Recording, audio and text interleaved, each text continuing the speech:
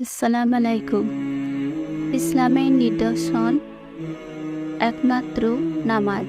যে ব্যক্তি একাগ্র চিত্তে ওয়াক্ত ও সময়ের প্রতি লক্ষ্য রেখে নামাজ পড়ে সে মুমিন। সুবহানাল্লাহ। আল্লাহ পাক ঈমান ও নামাজের চাইতে উত্তম শ্রেষ্ঠত্বের আর কোনো বিষয়কে ফরজ করেন নাই। যদি করতেন তবে ফেরেশতাগণকে উহা করিবার নির্দেশ দিতেন। ফেরেশতাগণ দিবারাত্রি কেউ রুকুতে আবার কেহ সিজদাতে।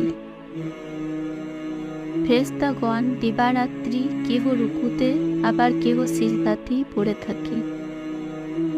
ভিডিওটা যদি ভালো লাগে থাকে তাহলে একটা লাইক করবেন, বন্ধুদের সঙ্গে বেশি বেশি করে শেয়ার করবেন এবং আমার চ্যানেলটিকে সাবস্ক্রাইব করবেন। আল্লাহ হাফেজ।